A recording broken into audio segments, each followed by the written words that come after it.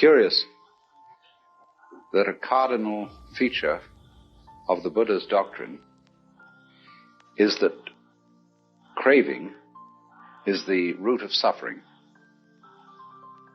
But craving, going further back to another root, which is ignorance.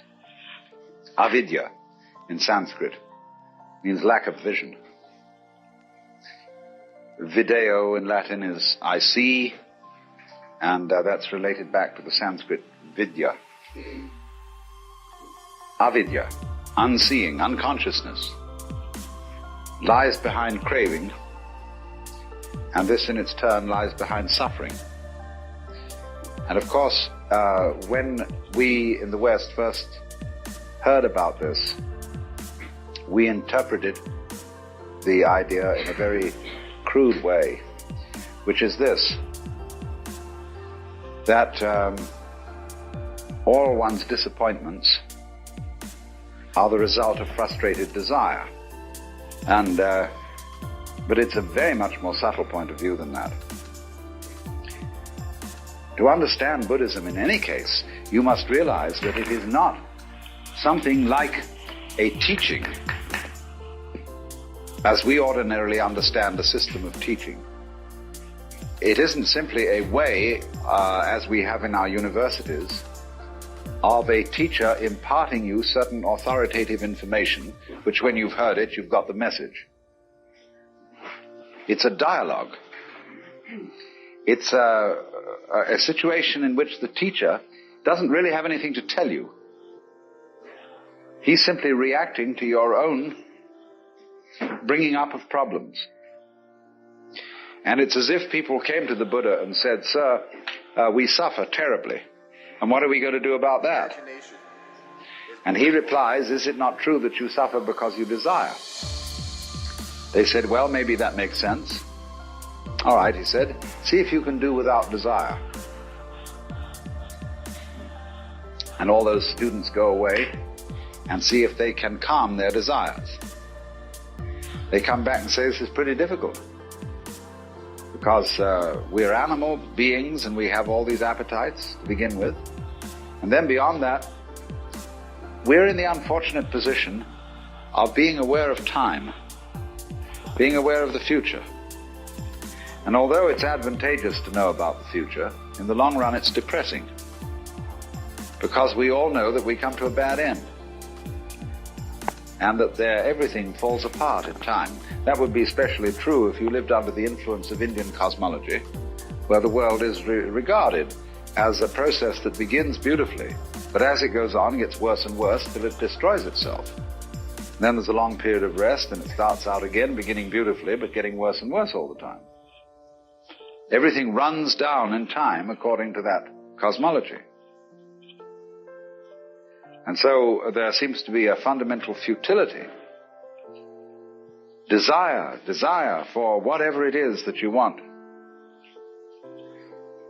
But behind this, the intention of studying desire, seeing whether one can discipline desire, whether one can curb it, in order that they may justify themselves and find satisfaction in life by bringing up their children, to bring up their children to do the same thing, so it's all retch and no vomit. It never gets there. And so, therefore, it's so important to consider this question: what do I desire? Well, when we answer that question in a naive way, we figure out that we want to desire, what we want is to control everything. To create girls that don't grow old, apples that don't rot, clothes that never wear out, conveyances that get from one place to another instantly so we don't have to wait, power available to do anything that you could conceive and do it just instantly like that. To get this funny technological omnipotence. But if you take time out to think about that, and really go into it with your full strength of imagination, and find out whether that's where you want to be, you will soon see that's not what you want. Because the moment you have a situation where you are really in control of things, that is to say, in which the future is almost completely predictable, you will see, as I said last night, that a completely predictable future is already the past. You've had it. That's not what you want. You want a surprise. You don't know what that's going to be, because obviously it wouldn't be a surprise if you did. You want a pleasant surprise. But like you say, what sort of a surprise would be pleasant?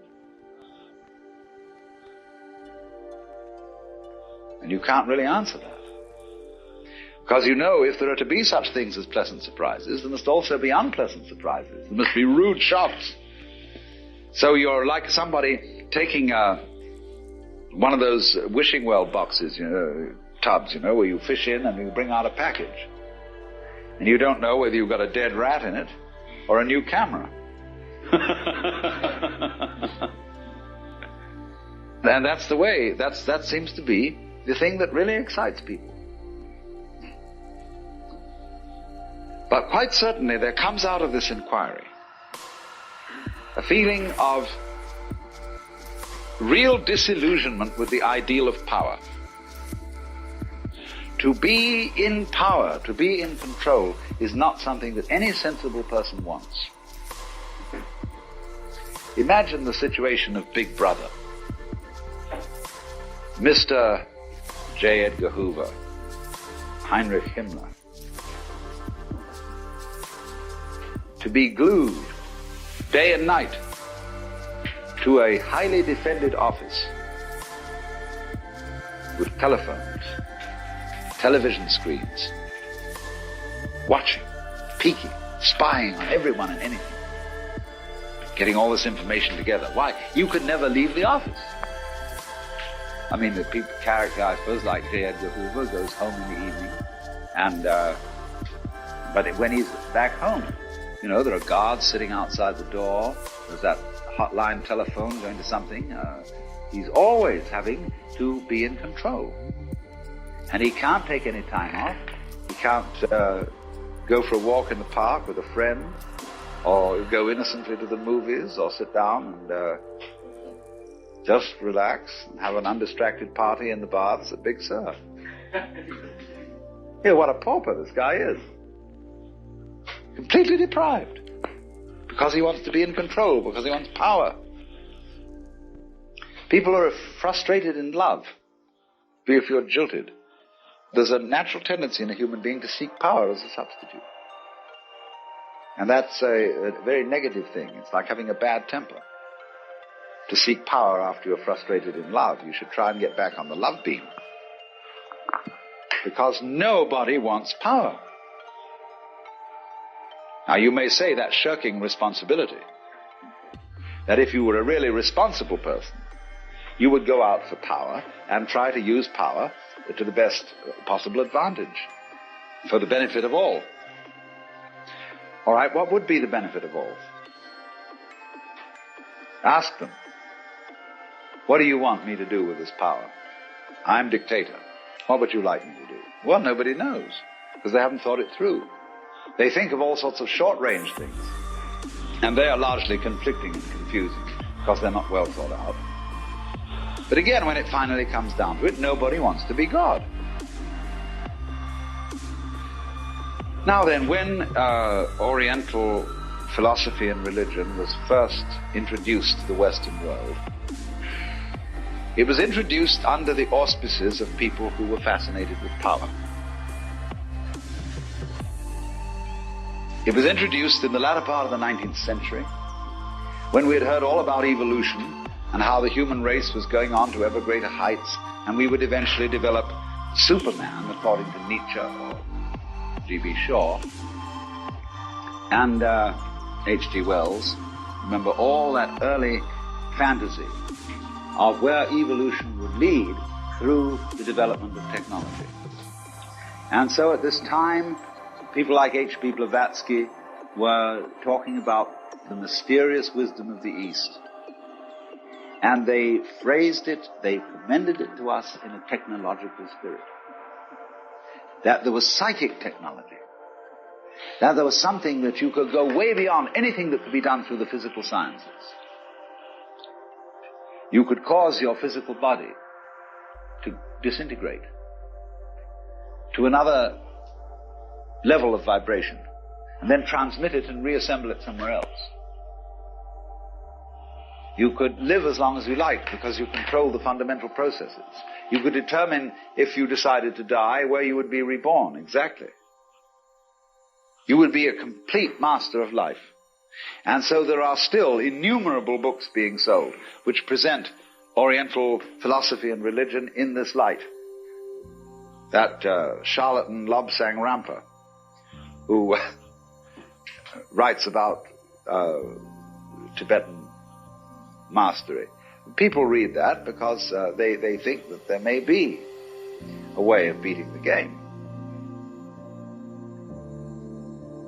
So therefore, the wise men of Asia were represented through this kind of propaganda as masters of life, as, for example, people whose emotions didn't bother them, who could put up with any amount of pain by simply turning off their feelings.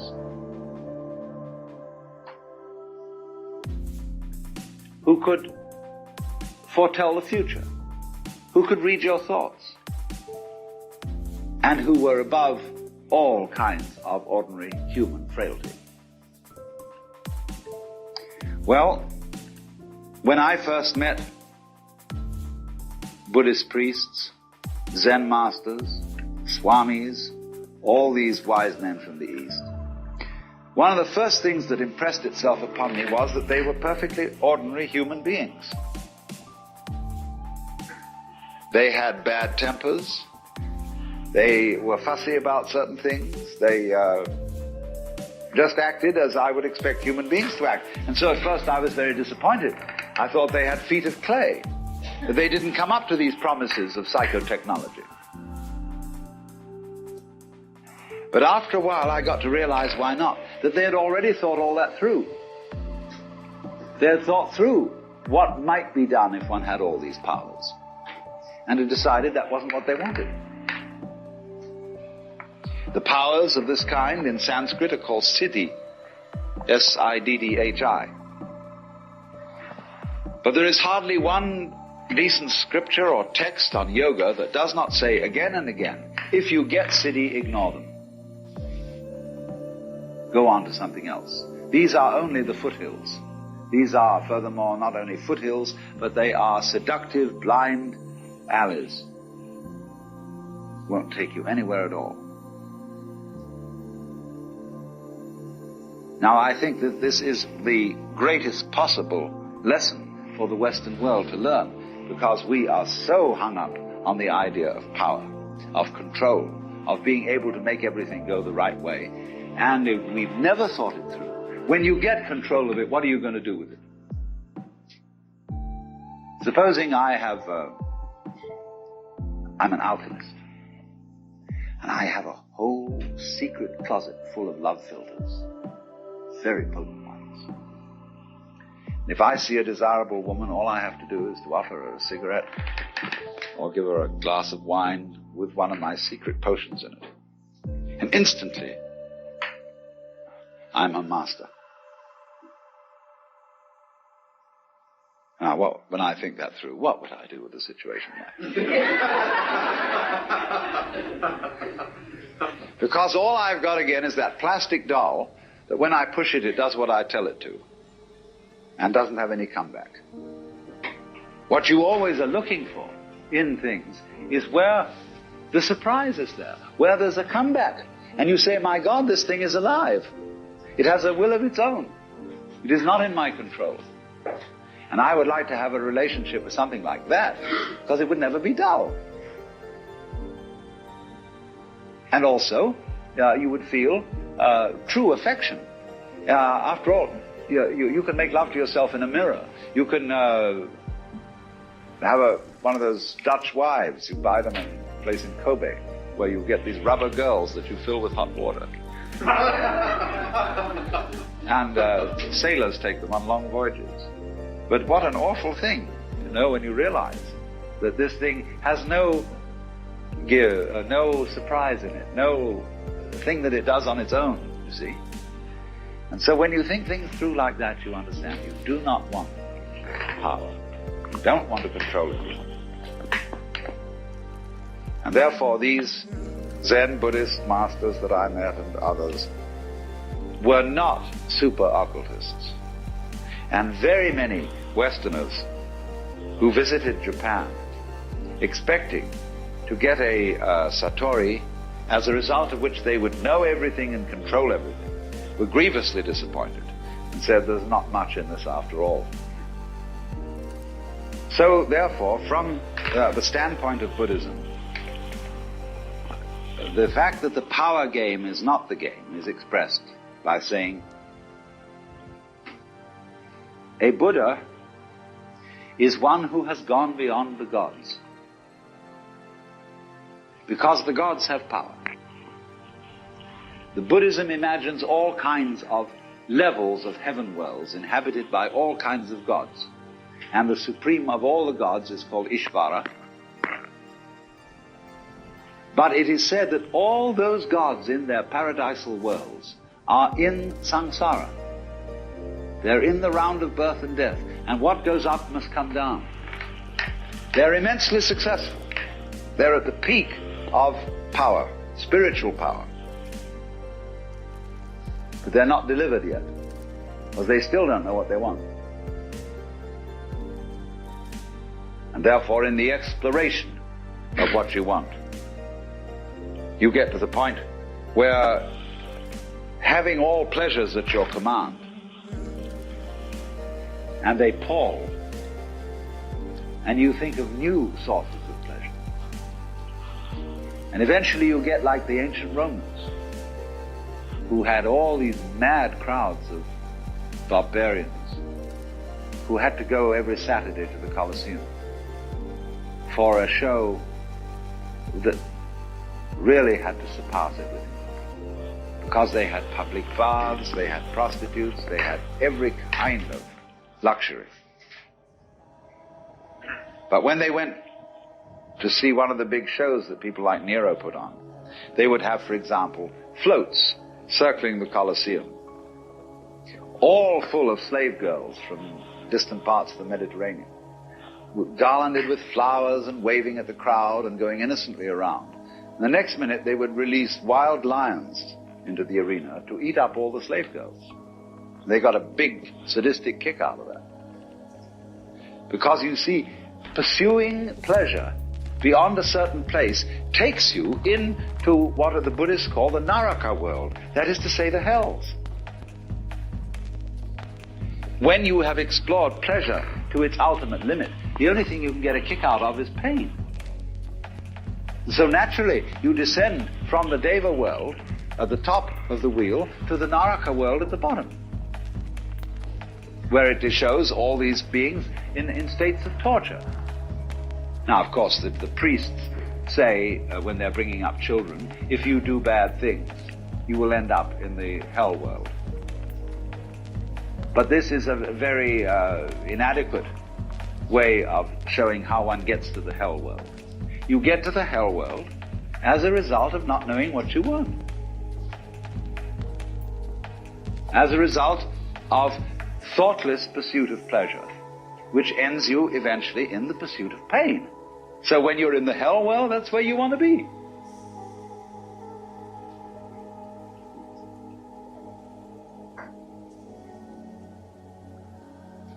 So then the question is, to clarify once more, what do we want? If you understand, first of all, that you don't want absolute power, you don't want absolute control. You want, yes, some control. You see, we always love controlling something that's not really under our control. Remember, I gave you the illustration right in the beginning of holding a gyroscopic top and feeling sometimes you're with it, but sometimes it's alive under your hand.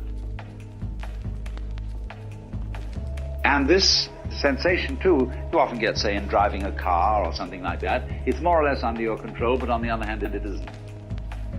And that's the the beautiful thing, because when something is partly under your control but isn't, then you have the same sort of relationship with it that you have when you have someone you love, some other person. They're partly under your control because they've agreed to live with you and go along with you and so on, but also they're not. And the measure to which they're not is the measure to which they seem really alive to you. So then, we ask the question, if the motivation of power gaining disappears, you've seen through it and you know that's not what you want, what other motivation takes its place as the origin of actions? And it seems to me that the answer here is compassion.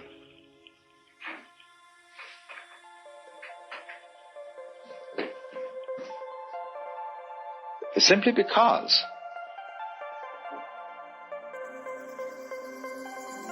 when you want to relate to another living being, what you really are asking of them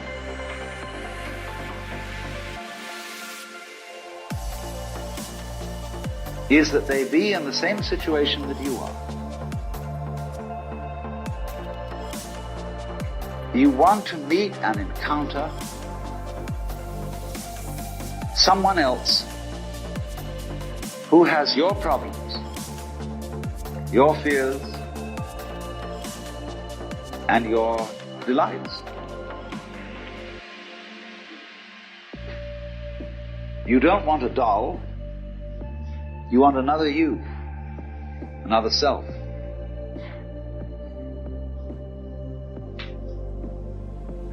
Because that would be at least as surprising to you as you are.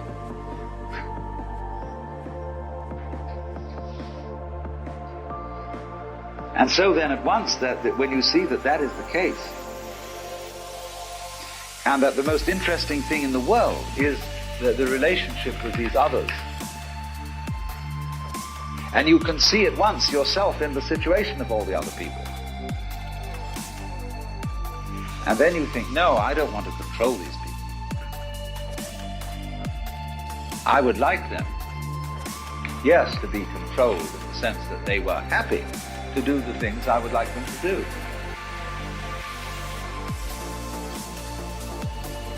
But obviously I can't force that, because if I forced it, they wouldn't be happy. See, when you marry someone, when you have a family, you want your children, you want your relatives, you want your wife, etc., to be happy to do the things for you that they do. And so we say to each other, would you like to bring the washing in? And very often the answer is no, but I will. Because you see, we put it that way because we always hope that the things that we do for each other will be pleasurable to both sides. So a school teacher will get up in class and say, "What nice boy will clean the blackboard for me?" All these ways we use of trying to get voluntary cooperation, willingly given help. That's what we look for. But there is, despite a lot of foolishness that goes on, this is a sound thing, see? That there really is no greater satisfaction that you can imagine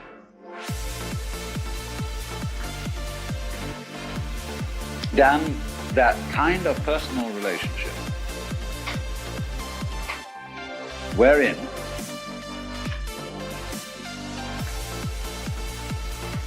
you can trust a being who is other than you and not under your control to do for you what you want, because they like it. As you, on your side, would want to do something for them in that way, so as to give pleasure to the other person. Let's take in sexuality, where you get a kind of a critical example of this. The biggest fun in sexual relationships is giving orgasm to women. And if that doesn't happen, many men feel disappointed. Because the thing that they really wanted to do was to give pleasure and get their own pleasure out of giving it.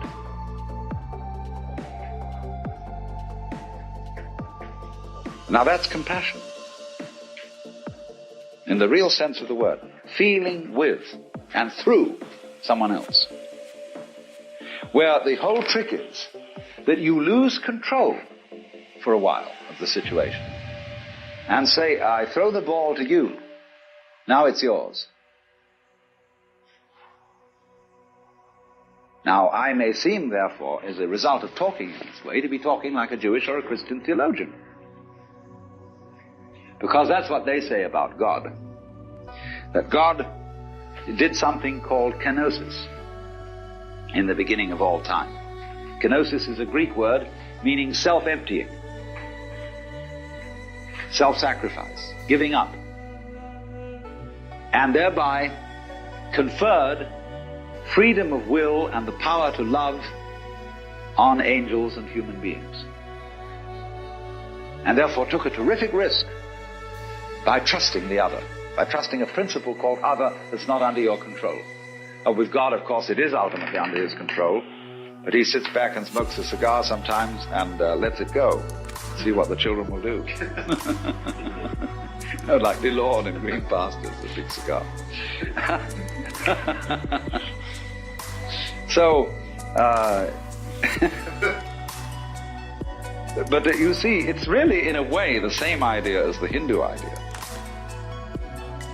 When the Christian speaks of God giving the creature freedom of will, the Hindu says, no, God gets lost in that person and gives up power. And